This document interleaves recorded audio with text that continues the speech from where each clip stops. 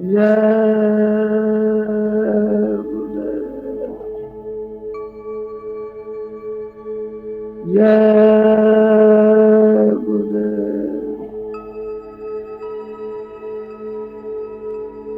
जय गुरुदेव नाम किसका, जय गुरुदेव नाम किसका।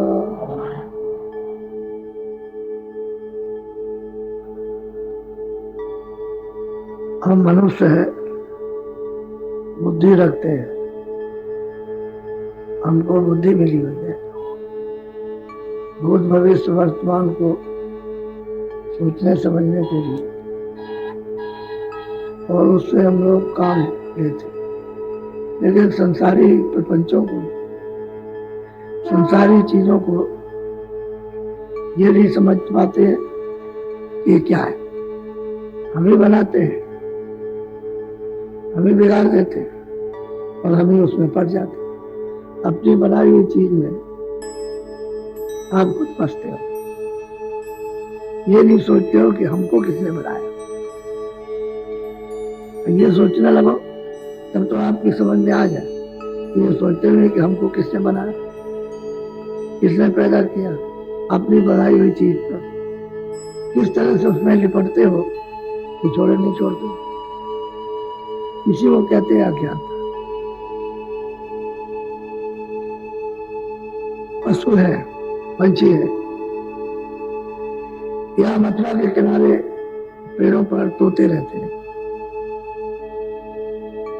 सुबह निकलते हैं 200-200 किलोमीटर, 50-50 किलोमीटर जाते हैं दाना चुगने के लिए।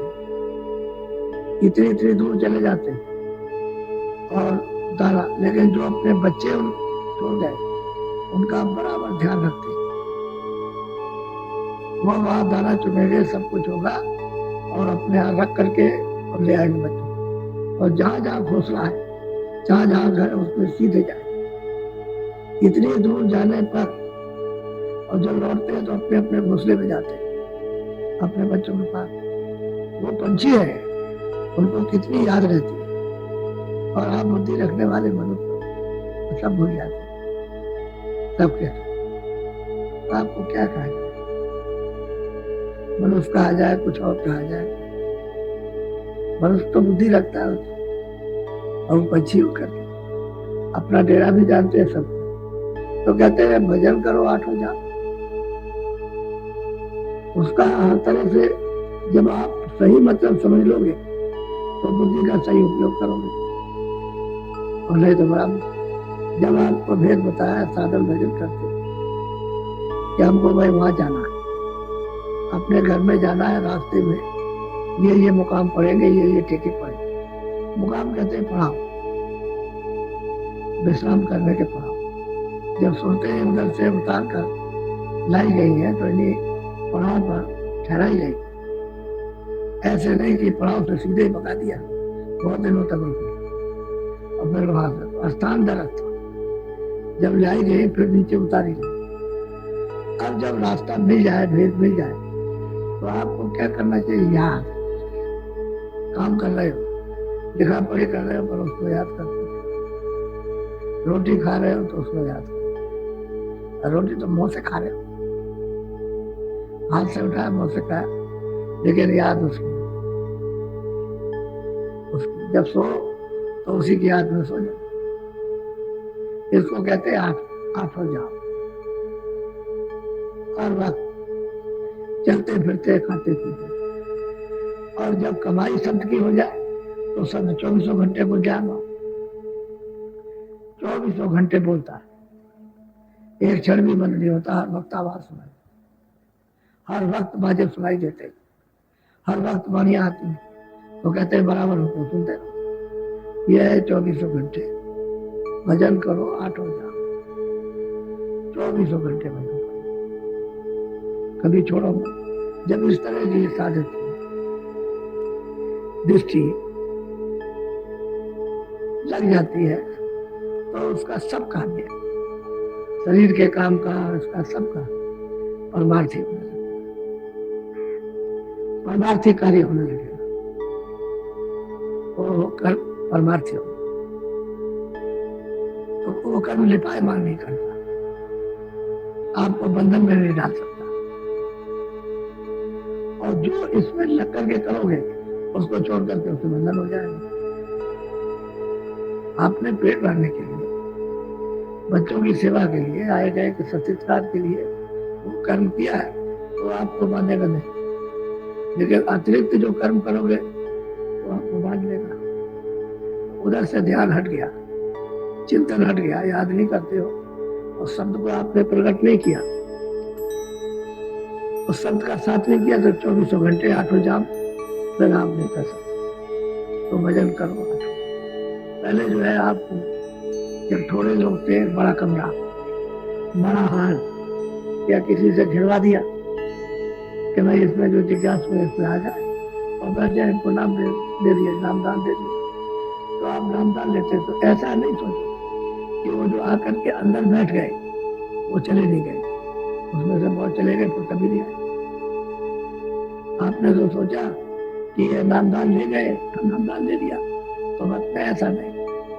चाहे ऐसे भर्ती करो, चाहे खेल के भर्ती करो, कैसे भी आप भर्ती करो, लेकिन जो चलने वाले हैं उनको पकड़ लेते हैं, और जो नहीं चलने वाले हैं उनको उम्मीदवार कि आपकी जब आएंगे तब पर मतलब यह है कि तुम्हारी परीक्षा होगी, फिर ले लेंगे। सत्संग सुनो, वो लोग सत्संग सुनते रहते हैं। सत्संग से मजबूती, स्थिरता, पक्का, धारणा, इच्छा जागती, लगने लगती, तो सत्संग सुनने की बड़ी जरूरत है। ऐसे नहीं कि नाम डाल दे दिया बस हो गया, नहीं, सत्संग जरूरी है। और फिर भजन, तो सत्संग से भजन होगा।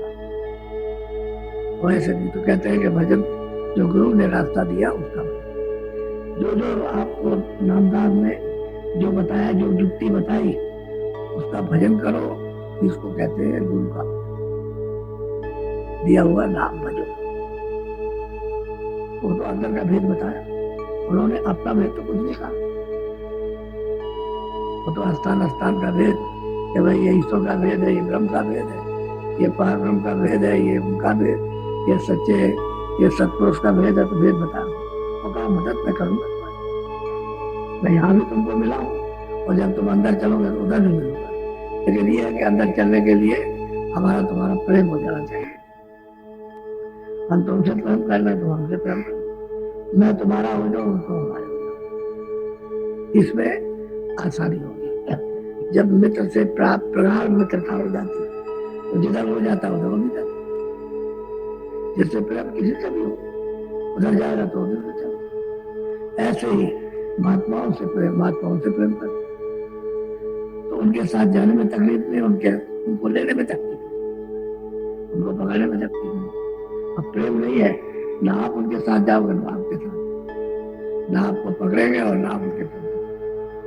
तो प्रेम, भजन करो, आठ हो जाओ। तो प्रेमी को फिर सत्संग जब सुनेगा तब फिर ये लगेगी। पहले उसकी समझ में क्या आएगा कि नामदान क्या कहते हैं, ये दुनियावी मंत्र थोड़ी है, कैसे मंत्र दे दिया तो ये मंत्र, ये नामदान है, आत्म धन का दान। उन्होंने भेद बताया कि खजाना गड़ा हुआ, अभी बैठ के तुम थोड़ा सा मदद करो, निमित्त मात्र, तो साथ देते खुद जाए, खुद लोगे, प्रकट हो जाएगा। कर सारा उसमें गुरु मदद कर देते, मदद कर सहायता, तो फिर प्रकट हो। अब घाट पर बैठ कर तो पूरी मदद करते, अगर खींचेगा नहीं तो सूरज चढ़ेगी, वो खिंचाई करते, तो स्वर्ण में डाल करके खिंचवाते, तब ये सूरज चढ़ती है। वो तो ऐसे करते, और आप दिन रात बैठे रहो, और गुरु की कृपा न हो तो कितना भी नहीं आएगा, कुछ नहीं सुन सकते। वो घाट पर बैठा करके सुनाते, क्योंकि तुम्हारे पास कर्म बहुत लगे, बहुत कर्म बेशुमार, वो तुम उनको अपने आप धो नहीं सकते। तो गुरु की कार्रवाई समर्थ है, वो सब कुछ कर सकते। कर्म विनाश करने का किसी को भी अधिकार नहीं, क्योंकि उसके परे वो जाते नहीं, तो जो उसके परे जाएगा वो कर्म निराश करेगा, उसके परे नहीं जाएगा तो कर्म कभी निराश होगा। तो जब हम शरीर में बने हुए पंच भौतिक तो सूरत इसमें फंसी है, अब इससे नहीं निकलती, कैसे निकलेगी, इसी में फंसी और इससे इसमें फंस गया, ये भी तो जड़ चीज है, इनमें फंस गए तो वहां से कैसे छूटेगी, नहीं निकलती। लेकिन जब भजन करते हो तो धीरे धीरे धीरे धीरे वो सिमट करके असर में आते, तो कहते हैं हमारा ये सब सुन हो गया, सुन हो गया, इधर का कुछ ख्याल नहीं रहा। जब भजन बनने लगता है और आवाज सुनाई देने लगती है और दिखाई देने लगता है तो इधर का सब ध्यान टूट जाता है, सब हट जाता है, उधर हो जाता है, तो सिमटा होता है। जब सिमटा होता है तो कहते हैं ये सब काम नहीं करते, ये बिल्कुल ऐसे हो जाते हैं जैसे मुर्दा, जैसे इनमें कोई जान है ही नहीं। अब चेतनता रहेगी तब तो एक बार काम करेंगे, हरकत करेंगे, और चेतनता नहीं रहेगी तो हरकत नहीं, तो सिमटा होता है। तो दोनों आंखों के जब सूरज सामने सिमट कर जाती है शरीर से बाहर, शरीर के बाहर दरवाजे पर आ गए सिमट कर, और फिर यहाँ से फिर गुरु मदद करते हैं, जब वहां मदद करते हैं तो शब्द सुनाई देता है, उसको पकड़ते दिखाई देने लगता है। तो जब ऊपर की तरफ जब चढ़ती है तो शरीर से अलग हो गई, उसका एक नाका है, यहाँ से यहाँ तक शरीर की हद बंदी, इसके बाद नहीं। तो सूरज जब उधर हो गई तो उधर लिंग शरीर है, क्योंकि इसी में वो फिट है। स्थूल शरीर के अंदर में लिंग शरीर, और लिंग शरीर के अंदर में सूक्ष्म शरीर, और सूक्ष्म शरीर के अंदर में कारण शरीर। तो जब ऊपर से जब सूरत आई है तो उसने कारण शरीर कपड़े को पहना, और जब नीचे उतारी गई तो सूक्ष्म, तो त्रिकुटी में कारण, वहां इसको कारण कपड़ा पहना दिया गया, ऐसे झिल्ली डाल दी। लेकिन कुछ ऐसा नहीं मालूम हुआ कि कोई उसके ऊपर पर्दा पड़ गया, बहुत बारीक पर्दा, जैसे चश्मा लगाइए तो दिखाई तो सब देता, लेकिन सामने चश्मा लगा, ऐसे ही पर्दा पड़ गया उसके ऊपर में कारण से। जब सहतल कमल में आई तो वहां सूक्ष्म कपड़ा डाल दिया, अब उससे थोड़ा सा मोटा, वो बहुत बारीक था, ये उससे थोड़ा सा बारीक तो ये भी है। और जब नीचे उतारी गई सहतल कमल से नीचे, तो स्वर्ग वैकुंठ में इस पर लिंग कपड़ा डाल दिया, अब वो उससे ज्यादा मोटा है। और जब यहाँ पिंड में लाई गई थी तो 4 कपड़ों में बंध देंगे, स्थूल है, लिंग है, सूक्ष्म है, कारण। अब उसमें अब वही कपड़ा इसमें आ गया, तीनों इस शरीर के जब निकलेंगे तो बस अपना अपना छोड़ेंगे, ये छोड़ देगा फिर ऊपर में लिंग छोड़ देगा, फिर ऊपर में सूक्ष्म छोड़ेगा, और त्रिकुटी में कारण छोड़ देगा। जब कारण छोड़ देगा तो सूरज आजाद कर्म, चाहे पाप हो चाहे पुण्य हो, कुछ भी हो, कोई कर्म सबसे अलग हो जाए, तब गुणातीत हो जाए, इन सबसे परे हो जाए। फिर वो जब परे हो जाएगा तो शब्द की धारण में इतने कपड़े कोई पार करने वाला हो तब तो उनके कर्मों को माफ कर सकता है, वो पार नहीं आता जाता है तो माफ करता है, वो भोगेगा, वो बच नहीं सकता। तो कहते हैं कि ऐसे समर्थ पुरुष की जरूरत है कि वो मिल जाए सौभाग्य से। अभी तो अपने अपने भाग की बात है कि जीव वहां तक पहुंच जाए तो समझ करके कुछ अपनी बुद्धि तो कम से कम काम में ले, तो सोचे तो वहां तक पहुंचे तो काम में। तो घाट पर बैठ करके तब मतलब यह है कि गुरु कार्रवाई करते हैं, क्योंकि बाहर में बगैर दरवाजे के गुरु की कार्रवाई नहीं हो पाती। तो वास्तव में जो दया देना चाहिए वो दया नहीं मिल पाती, तो घाट पर तुरंत ही बैठी। अगर घाट को छोड़ के मन इसको बुद्धि उचित खींचे खींचे इंद्रियों के दरवाजों पर भोग विलासों में तमाम वासनाओं में, इसमें ये लिप्त है तो भागता फिरता, कभी आंख पर, कभी कान पर, कभी नाक पर, कभी किसी पर, कभी इंद्री पर, कभी इधर कभी उधर भागता फिरता है, 9 दरवाजे उन पर चारों तरफ, तो स्थिर होता नहीं है तो कार्रवाई नहीं हो पाती। जब घेर के ले आएंगे और दोनों आंखों के सामने दिल पर जब उसको एकाग्र करेंगे, एकत्रित करेंगे तो कार्रवाई। इसीलिए जोर देते रहते कुछ करो कुछ करो कुछ करो, चेत के करो तो थोड़ा सा 2 मिनट रोको, 4 मिनट रोको, 10 मिनट रोक लो, थोड़ा रोकने की कोशिश करो तो ये भागता रहता। असल में बात यह है कि आप में भूख नहीं है, प्यास नहीं है। अभी दर्शन दीदार की, इस जगत से छुटकारा पाने की अभी आपके अंदर तड़प नहीं है, उसको पाने की प्यास नहीं, उसी में देर होती। लेकिन सत्संग सुनते सुनते प्यास भी लग जाएगी, भूख भी लग जाएगी और तड़प भी आ जाएगी सत्संग बोलो। तो ये बात का ये ध्यान रखो कि उनके एक शब्द के कितने माने। एक ही शब्द लीजिए तो उसको कहते नहीं आप और उसका पूरा नहीं होगा। इसलिए भजन करो, जो गुरु ने नामदान दिया है घाट पर बैठ करके। और तो मतलब यह है कि जो सो गया है, आप सो गए उसकी तरफ से, तो आप धीरे से लग करके जाते शब्द तो हो ही रहा, नाम तो हो रहा, नाम तो कभी बंद होता नहीं। तो तुम्हारे ऊपर में पर्दे पड़े हुए, इसकी वजह से अचेत हो गए। अब गुरु चिता लेंगे, वो जगा लेंगे, लेकिन बैठे तो रहो सामने, सामना मत छोड़ो, इधर उधर हो जाओगे तो सत्संग मुख्य है। बगैर सत्संग के कोई नहीं जान सकता, किसी को नहीं। और सत्संग के साथ सेवा, सेवा के साथ भजन, सत्संग सेवा भजन, सत्संग सेवा बोलो।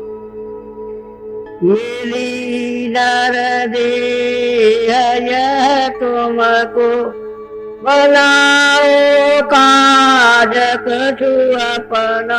नरदेह जो आपको मिली है, ये इसी के लिए मिली है कि भवसागर से इस जीव को पार कर ईश्वरत को ले जाए। दूसरा पार करने का कोई तरीका इस मृत्यु में सबसे महान ऊंचा गम होना। 84 का ये पूरा चक्कर काटने के बाद ये मिलता है। जब तक पूरा चक्कर नहीं काट लोगे, अपने अपने कर्मों का पूरा हिसाब, छोटे से छोटा, बड़े से बड़ा, तब तक फिर निर्दयी नहीं मिलेगी। तो इतना चक्कर काटने के बाद आपको निर्दयी मिली, अब जगह पर आ गए तो कहते हैं इससे कुछ काम अपने लिए, सूरत के लिए। तो सूरत तो चेतन है, कोई जड़ तो है नहीं। और सूरत कोई मन नहीं है, कोई बुद्धि नहीं, कोई चित्त नहीं है, कोई अहंकार नहीं। ये सब चीजें अपने अपने स्थान की है। ये मसाला है, ये हमको दिया गया काम के लिए। जैसे ये दिया गया काम के लिए, ऐसे ही मसाला दे दिया गया। अब चेतनता से तो काम करता है, लेकिन वैसे जड़ है। वैसे मन बुद्धि चित्त ये चेतन नहीं है, ये तत्व है जड़। लेकिन जहाँ ये चेतनता है वहाँ चेतन तो चेतन तो इनका भंडार है। जब ऊपर से सूरत उतरेगी तो पहले तो अकेली आई है शब्द के साथ, जब उतरेगी तो साथ साथ जब कपड़ा पहनाया जाएगा तो ये दिया जाएगा। कपड़ा इसलिए पहनाया जाता है कि शब्द स्पर्श रूप रसन इसका बोझ शुरू हो गया। शब्द का बोझ स्पर्श का, स्पर्श का रूप का, रूप दिखाई दे रहा, सुगंधी है और रस है, मिठास, इन सब चीजों का बोध हो गया। ये चीजें मिली। जब नीचे कपड़ा, इसको नीचे उतार करके कपड़ा पहना गया तो इसके साथ में मन बुद्धि और चित्त और अहंकार 4 और लगा दिए। इसी के साथ शब्द स्पर्श रूप रस गंध और मन बुद्धि चित्त और अहंकार, ये हो गए 9। अब यहाँ सूक्ष्म शरीर 9 तत्वों का हो गया, पहले 5 का था। फिर और जब नीचे उतारा स्वर्ग बैकुंठ में तो लिंग शरीर 17 तत्व। उसके साथ क्या किया? 10 इंद्रिया और मन बुद्धि चित्त और अहंकार 10 4 4 और रजोगुण तमोगुण। ये 17 तत्वों का ये लिंग शरीर है। और जब यहाँ मृत्यु में यहाँ उतारा तो खाली पाप है। जल पृथ्वी अग्नि वायु आकाश उसका ये याद। तो कहते हैं मिली रहते तुमको अब की बनाओ कुछ कार्य अपना। कहते हैं अपना काम तुम जिधर से आए हो उन्हीं को उलट। लेकिन उल्टोगे कैसे? कोई जानकार उल्टा हुआ मिले, कोई जानकार अंग्रेजी को मिले तो उसके पास जाओ।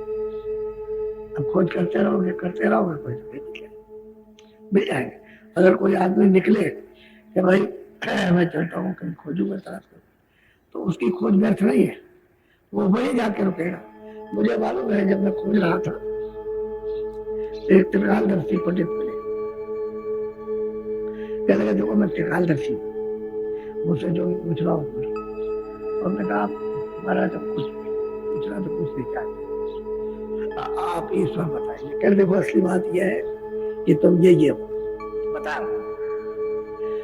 तो मुझे ये बताने पर बड़ी श्रद्धा हुई, तो उन्होंने साफ कहा कि देखो ऐसा है कि जिस चीज की तुम तलाश करते हो मेरे पास नहीं, और जब मैं तुमको निकाल दस्ती हूँ बता दूंगा, लेकिन वो चीज मेरे पास नहीं। तो मेरे पास तुम लोग नहीं करते, तुमको दूसरी चीज की तलाश है, और ये बता सकता हूँ कि कितने दिन में मिल जाएगी, 6 महीने के अंदर में आपको मिल जाएगी, ये उन्होंने बताया।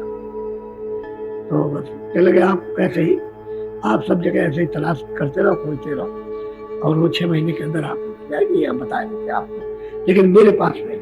और तुम मेरे पास रुक भी नहीं सकते हो, मैं अगर रोक लूँ तो नहीं रुक, क्योंकि वो चीज है नहीं हमारे पास। और 6 महीने मिले, तो तलाश करते करते करते 6 महीने पूरे नहीं हुए और स्वामी जी महाराज मिले। सही कहने का मतलब ये है कि खोज करते रहो, और जो चीज की खोज है आपको नहीं पता है कि मैं क्या खोज रहा हूँ, लेकिन वो मिल जाएगी, क्योंकि वो तो महापुरुष काम करते रहते हैं।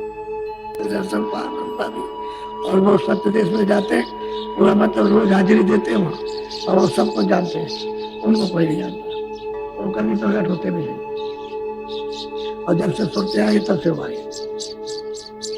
और बराबर संभाल करते रहते। ये उन्हीं की तो कृपा है जो प्रकट संतों को भेजा गया।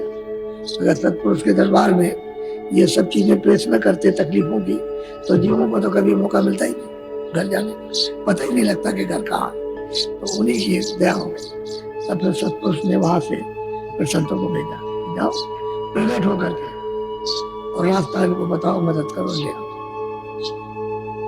और उनको तब भी है, उनको कोई नहीं पहचान, क्योंकि वो ये काम तो करते नहीं, और उनको कोई पहचान नहीं सकता।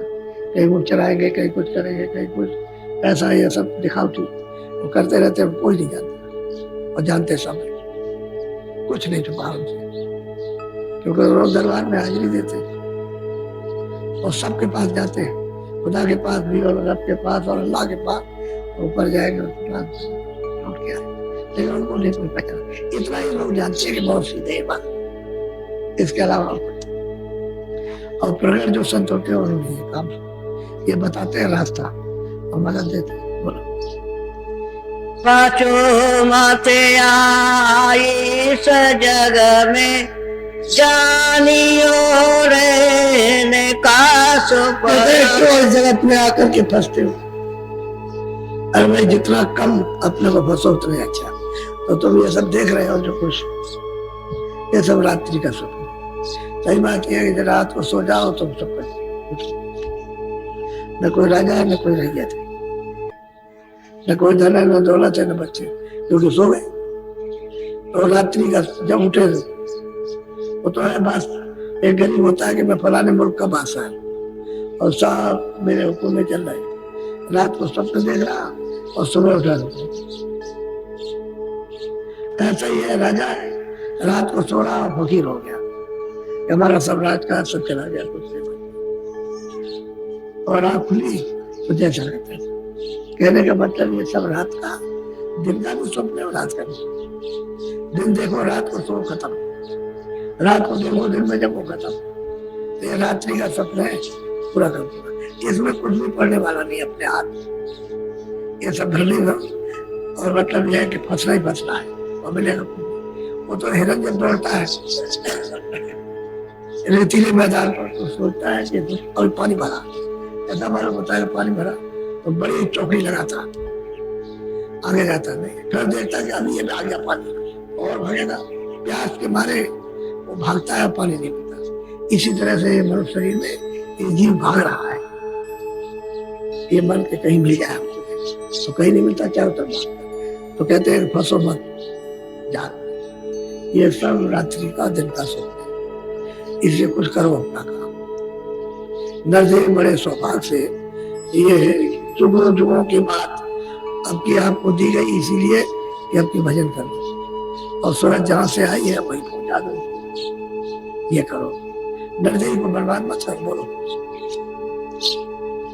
देह और देह सब झूठा, वर्म में काय को और कहते हैं कि ये देह और देह संबंधी सामान कहते हैं दोनों झूठे। तो कहते हैं क्यों इस भ्रम में पड़ते, जिसने ये अमूलक चीज दी है और सूरत बैठी है उससे कुछ काम करो उसके शरीर से, ये भी झूठा। और ये सब जो लगाव रखे जो आपने ये जो वो भी है झूठा। नहीं ये तुम्हारे काम का तो तुम्हारे काम, एक भी काम करो। सब कहते हैं कुछ अपना काम, अपना भ्रम में क्यों करते। महात्माओं के पास तो सही बात है, भ्रम खाली ये उद्देश्य रखना कि इसकी हिफाजत करना, कपड़ा दे करके, खाना देकर, पानी दे करके, गर्मी सर्दी बरसात से बचाकर, इसलिए कि इसमें सूरत बैठी। तो ये अगर खराब हो जाएगा तो सूरत भजन नहीं कर सकते, इसलिए इसकी मलहम पट्टी करना, इसको निरोगी रखना। तो आप उतना ही इस्तेमाल करो जितनी जरूरत है ताकि ठीक रहे, रोगी ना होने पाए। और संयम तोड़ दोगे तो रोगी हो जाएगा, और संयम से रहोगे तो स्वस्थ रहेगा, तो भजन बन जाएगा। आपको तो शरीर को निरोगी रखना चाहिए। तो महात्मा कहते हैं कि भाई इतना काम करो कि ये ठीक ठाक रहे, उससे भजन हो जाए। और जैसे भजन बन जाए, आपका अपना भजन बन जाए तो उसका शरीर फिर आपको कोई तकलीफ नहीं। जीवत मृत्यु बोलो, जीते मर जाओ। यानी जब मौत आएगी तब बहुत तकलीफ होगी, तो कहते तुम पहले उसका शरीर छोड़ दो पहले। तो सूरत को जब ऊपर चढ़ा दोगे, शब्द के साथ मिलकर के ऊपर चढ़ेगी, तो अपना शरीर छूट जाएगा। वो तो ठीक वही अवस्था हो जाती है जैसे मौत की। फिर ये मौत व्याप्ति थी, इसकी कोई पीड़ा नहीं होती, क्योंकि वो शब्द को पकड़े रहती है। और जैसे समय आया सब छोटी शक्ति कहते हैं क्यों भरम में फंसते हैं, ये सब भरम, धोखा। भरम कहते हैं धोखा। संदेह हो जाएगा तो लुकमान हकीम भी दूर नहीं कर सकता, शंका नहीं कोई दूर करेगा। तो शंका हो जाती घर घर, पति पति में लड़ाई हो जाए, पिता पुत्र में लड़ाई हो जाए, मित्र मित्र में लड़ाई हो, भाई भाई में लड़ा जाए, रैयत लड़ जाए। शंका बड़ी खराब की, अति दुखदायी। तो कैसे शंका क्यों करते हैं, शंका मत। सच्चा रास्ता सही तो उसमें शंका क्या करना। हमें मिली कर दे, अगर मनुष्य शरीर मिल गया, ये भी झूठा है, सब सामान झूठा, क्योंकि सामान तो इसने बनाया, तो बनाने वाला ही झूठा, तो सामान झूठा नहीं होगा। जब यही नाश हो जाएगा तो सब नाश हो जाएगा। जितनी चीजें शरीर बनाएगा सब नाश। आखिर पंच भौतिक है, 5 तत्वों की जल पृथ्वी अग्नि वायु आकाश, इसको मिला करके बनाया सब खराब हो जाएगा। वो तो एक सब चीज की एक आवाज होती है। बोलो जीव सब लोभ में भूले, काल से कोई नहीं बचना। क्या करें जब तक महात्मा न मिले, तो जीव सब लोभ में भूले हुए, मोह में। अब यह है कि वो लोभ और मोह के कारण कर्म करते हो, उसी का तो उन्होंने अधिकार आपको दिया। तभी तो मतलब ये है कि नहीं समझ पाते हो। अगर वो कराता हो करता होता तो आप तो भोगते, आप खुद अपनी इच्छा से करते हो, ये कर्म बन जाता है अच्छा बुरा, तो फिर आप भोगते हो। तो जीव सब लोग में भूले, इसलिए काल से कोई, यानी मौत के जाल से और 4 खानों से, नरकों से कोई बच नहीं सकता। जो कोई जाता बचेगा कोई नहीं, ये एक तरफ से चले जा रहे। बोलो नहीं कोई राह बचने की, जले सब नरक की आगे। कहते कोई रास्ता बचने का नहीं है। वो कहते हैं साफ जा करके नरक, वो सीधे माने जाए। जब ऐसे 5 पांडव,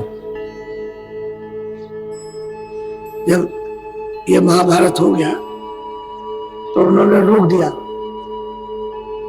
कृष्ण ने रोक दिया कि तुम ठहर जाओ, किसी को मत लेना, पीछे से आना।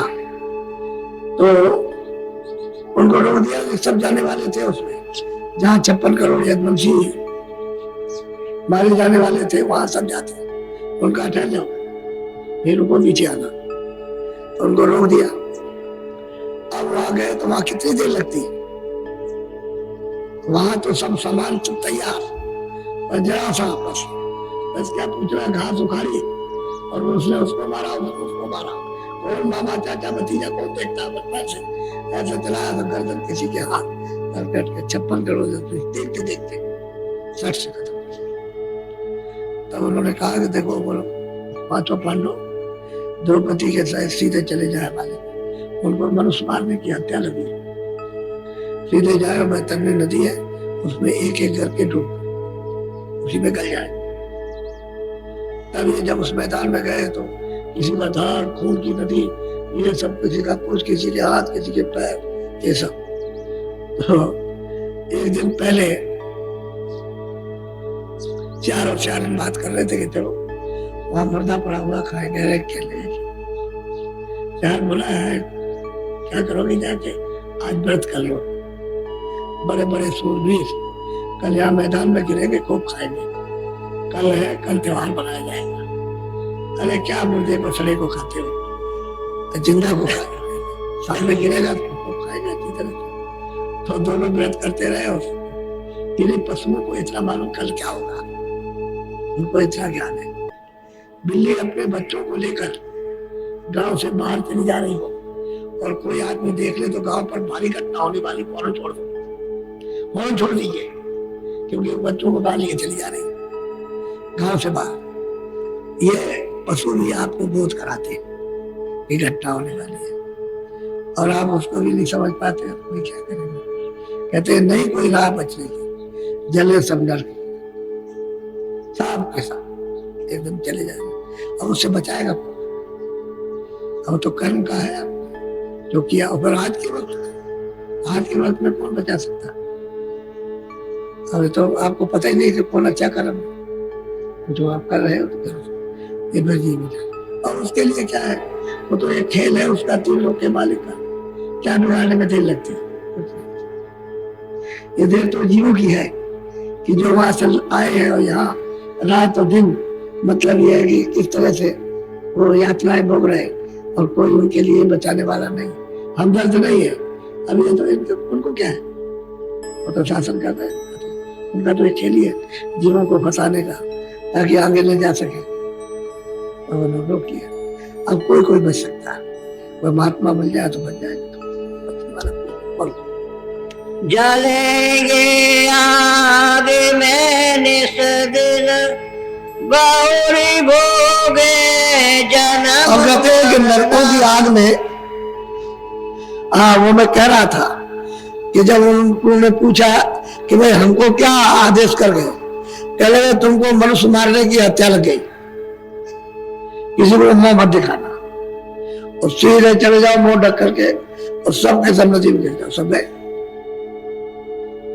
जब वहां गए तो वहां एक एक करके जब नदी में गिरे तो हमने भी वहां देखा है जाकर, उंगली को ऐसा डालिए बस ये खड़ी उंगली हो गई, उसको ऐसे नहीं कर सकते, इतना ठंडा पानी है। जरा सा पानी सिर पर डाल लिया तो जैसे कि कोई सब्जी चौंकते हैं ऐसे चुन से हो गया, कुछ पता नहीं, इतना ठंडा पानी। तो जब उस नदी में गिर गए तो देर क्या लगती है, गल गए। अब एक एक करके गिरे, सब गल गए सब और सीधे नरक में। यानी कृष्ण के साथ उपदेश सुनते रहे, आगे पीछे चलते रहे, कभी उन्होंने रथ चलाया कभी उन्होंने, और बैठे रहे दूसरे, और जब मृत्यु हुई तो सीधे नरक। तो जब कृष्ण के साथी नरक में जा सकते, आपने तो कृष्ण को नहीं देखा। एक सोचने की चीज है, आपने तो राम को नहीं देखा। आपका क्या होगा? जो उस समय के लोग जा रहे हैं साथी, उपदेश सुनने वाले, उनके दर्शन करने वाले, वो चले जा रहे हैं। तो अब बताइए, अब ये सोच विचार सब खत्म कर दिया कि वो लोग और वो लोग में सब वो डालते हो, लोग आए तो कुछ नहीं, सब कर्म धर्म सब खत्म, तो लोग ने सब बर्बाद कर दिया। लोग से ज्ञान नहीं होता, इसलिए कहते हैं ये सब। और फिर जब नरकों से निकलेंगे तो जन्म हो गए, कहते हैं जन्म और मरना, फिर 4 खानों में ये पशु पक्षी कीड़ों की योनि में डाल करके जन्म मरो। ये कहते हैं कि ये दशा जी, कहते हैं मिली नर दे कुछ अपना आपकी काम कर लो, नहीं करोगे तो ये दशा होगी। बोलो, ये महापुरुषों के सत्य वचन है, इसको कोई काट नहीं सकता। सत्य है, कटु सत्य है, इसमें एक भेद नहीं। बोलो, भटकते वे फिरे खानी, नहीं कुछ ठीक उन लगा। अब कहते हैं खान खान, यानी पशु खान नहीं, पंछी खान में, कीड़ों की खान में कहते हैं कि भटकते। अस्थावर खान, उसमें कहते हैं कहीं भी भटकते फिरते, जलते, मरते, कटते, मतलब कहीं ठीक मिले, कहीं ठिकाना लगने वाला उनका है ही नहीं कि कोई उनको बचाए। अब ये सब कर्म भोगने के बाद तब यह दर्द ही मिली है, इतना दुख उठाने के बाद। और अभी फिर वही कर्म करने लगे, वही जाने का, वही फिर करने लगे, वही लौटने का। अभी वो करके आए, रो करके आए, और फिर वही शुरू कर दिया मजा लेने के लिए। कितने दिन का मजा, खाली आदत पड़ी हुई है, और कुछ मजा तो है ही नहीं। अगर मजा मिल जाए तो फिर क्या बात, फिर मजा मिल गया। ये तो आदत है, एक स्वभाव पड़ा। और मुसलमान कहते हैं, हमने उनसे कहा, हमने भाई ये तो मुर्दा है, ये क्या करते, कह रहे क्या पता जाए, हकीकत आप कह रहे हैं, लेकिन जायका है, जायका। तो मैंने कहा इसमें जायके में तो तुम फंस जाओगे। फिर तुमने खुदा को देखा, कह रहे खुदा को देखा। तुमने क्या बार नमाज पढ़ी, कितने बार पढ़ते हो, कि नमाज तो हम पढ़ते रहे, वैसे तो कभी झलक आए, क्या झलक। तो मैंने कहा ये जो काम करते इसमें खुदा की रूह नहीं। कहते हैं रूहों पर रहम करो, खुदा कहता है रूहों पर रहम करो, दीपों पर दया करो। ये क्या करते हो, हमने क्या ऐसा लिखा हुआ उसमें कि रूहों को इस तरह से तुम सताओ। तो कहने का मतलब यह है कि सब चले जा रहे, सब के सब एक तरफ से जले गए नरक की।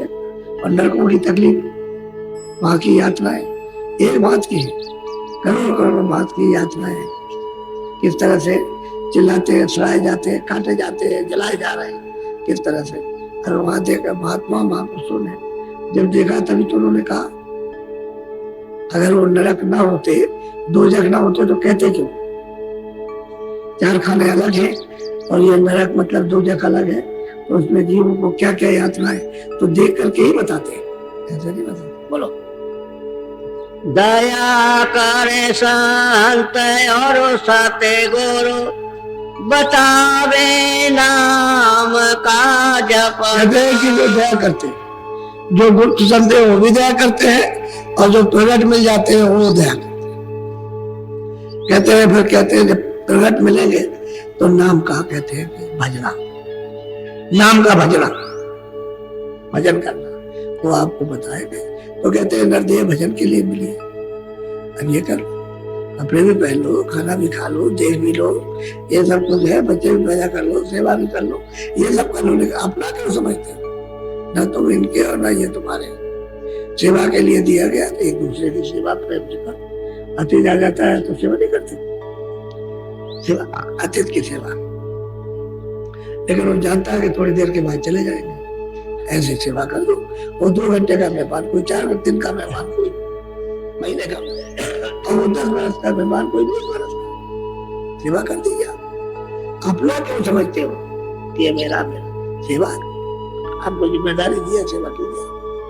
तो जो सेवा करते हैं वो उनका मन उसमें लगता है सेवा करने। महात्मा को ऐसा थोड़ी सेवा नहीं करते, सेवा करते, लेकिन उसमें मन तो नहीं देते, तो सेवा का ऐसा रहना चाहिए। बोलो, न माने जो यह उनकी सूरत और शब्द का और वो कहते हैं कि भाई महात्मा कहते हैं भाई तू अपना काम कर ले, तो ये उनकी जुक्ति नहीं मानता कि जिससे कि सूरत शब्द को पकड़ के निकल चले, अपने घर में, अपने वतन में, अपने देश में, अपने धाम में पहुंच जाए, वो काम नहीं करते, इसी में लगे, इसी को मुख्य समझते हैं। तो समय निकला जा रहा है, क्या समय निकला जा रहा है, जवानी का दोष खत्म हो गया, बात क्या, फिर तो कुछ कर ही नहीं सकते। अभी तो कर सकते हो, लेकिन जवानी गई, बस कर गई, अरे मैंने कुछ कमा के रख लो तो बुढ़ापे में खर्च कर लेना, कमा के रखोगे तो काम आ जाए, तब तुम्हारे काम आएगा। और कमाई कुछ नहीं करोगे रहेगा नहीं, पर क्या करोगे? बोलो। बिना सते गुरु बिना करनी छूटे नहीं खाने का। ये बात सत्य है कि बिना करनी और बिना सतगुरु, सदगुरु नहीं मिलेंगे तो करनी आप नहीं कर सकते, उन्हें भजन नहीं कर सकते, रास्ता आप नहीं जान सकते। जब सदगुरु मिल जाएंगे भेदी, तो जब बताएंगे रास्ता तो आप तब भजन करो। करनी कहते हैं भजन। कभी सूरज शब्द के साथ जुड़े, शब्द का भेद बताएंगे। नाम का जब भेद देंगे तो फिर सूरज शब्द के साथ जुड़े। और अगर नहीं मिले और नहीं करने की तो ये खानों का, 4 खानों का, 84 लाख योनियों का और नरकों का ये फेरा नहीं छोड़ सकता, ये लगाना ही पड़ेगा सब जीवों को। अभी आए मनुष्य शरीर पे जा रहे हैं, उधर रास्ता खुल गया, सीधे उधरी को जा रहे हैं, चले जा रहे हैं, उनका तो कोई ध्यान नहीं। तो कहते हैं बिना सत्य और बिना करने छूटे नहीं खान का। 84 का नरकों का ये फिर से फेरा बचेगा नहीं, जाओ। ये फैसला उनका, ये सत्य है, असत्य इसमें कोई गुंजाइश। बोलो।